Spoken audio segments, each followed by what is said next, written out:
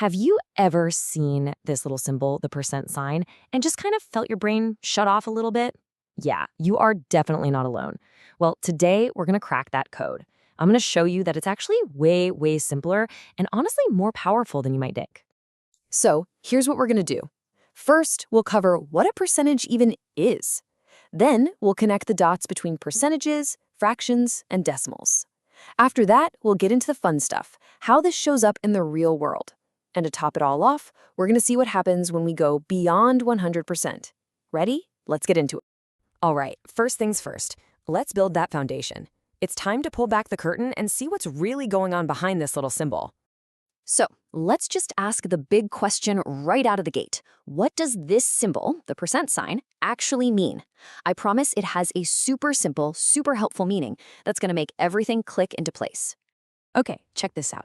The secret is literally hiding in the name, percent. It's from Latin. Per means for every, and cent means 100. Think about it. A century has 100 years, a dollar has 100 cents. So percent just means for every 100. It's nothing more than a special kind of fraction where the bottom number, the denominator, is always 100. That's it. That's the whole secret. So what that means is, when you see something like 5%, it's just a fancy way of writing 5 out of 100. Simple as that. And because the total is always based on 100, that means the whole of anything, the entire pizza, a fully charged phone battery, is always 100%. Okay, that makes sense, right? A percentage is just a fraction out of 100. But what about all the other fractions? How do you turn any old fraction into a percentage? Well, let's grab the first tool for our toolkit and find out. We're going to start with a classic, one you probably already know, 1/2. We all kind of know in our gut that 1/2 is 50%, right? But why? How do we prove it with the rule we just learned? Let's break it down step by step. Okay, so the main goal here is to change this fraction so that the bottom number is 100. So the question is, how do we get from 2 to 100? And here's the golden rule, the most important part. Whatever you do to the bottom number, you have to do the exact same thing to the top number. You got to keep it balanced. Well, to get from 2 to 100, we multiply by 50, right? So, step 1, multiply the bottom number, 2, by 50. Boom, we get 100. Now for step 2, we have to follow that golden rule. We do the same thing to the top number, 1, so we multiply that 1 by 50 as well. And there you have it. Our original 1/2 has magically transformed into 50 over 100. Now, we haven't actually changed its value. It's still 1/2. We've just dressed it up differently. And now it's in that perfect percentage format we were looking for. And since the bottom number is 100, all we have to do is look at the top number. And that, my friends, is our percentage. So, 1/2 is officially 50%. See? Not so bad. Let's grab our next tool. All right, on to our second tool. I want you to think of decimals and percentages as like best friends. They're basically two different languages for saying the exact same thing. And the best part? Translating between them is super, super easy. This is honestly the only thing you need to remember. Think about the number 100. How many zeros does it have?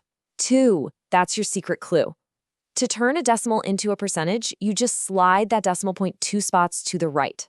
For example, 0.4 becomes, move it once, move it twice, 40%.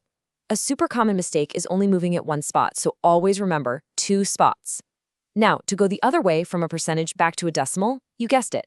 Just move the decimal point 2 spots to the left, so 20% becomes 0.20. It's just this simple little 2-space stance. Okay, we've got our tools, we know what a percentage is, we know how to flip between fractions and decimals.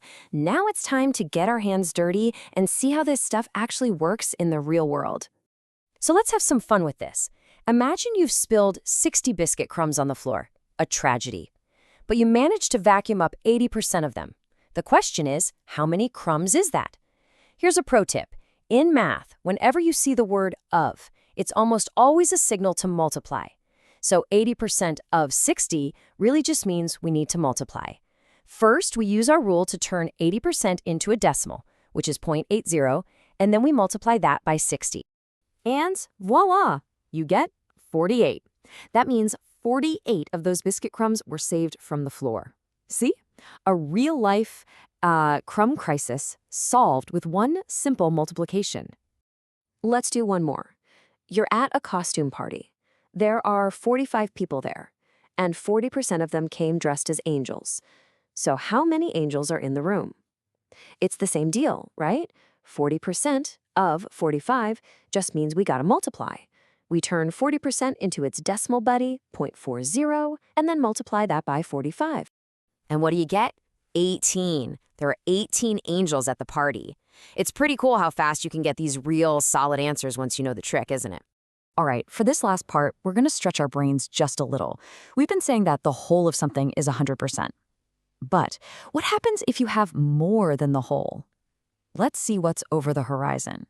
And this actually happens all the time, especially when we talk about things growing or increasing.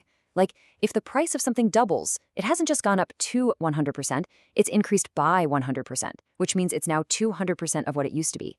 Or think about fractions. If the number on top is bigger than the number on the bottom, you're definitely going to be over 100%. But here's the really cool part. The rules don't change, not one bit. That little two-space decimal dance we learned, it still works perfectly. You know how 0.75 becomes 75%? Well, for a number like 1.75, you do the exact same thing.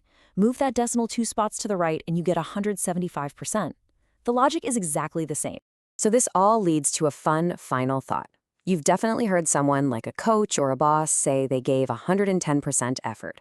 Well, now we know what that actually means, mathematically, right?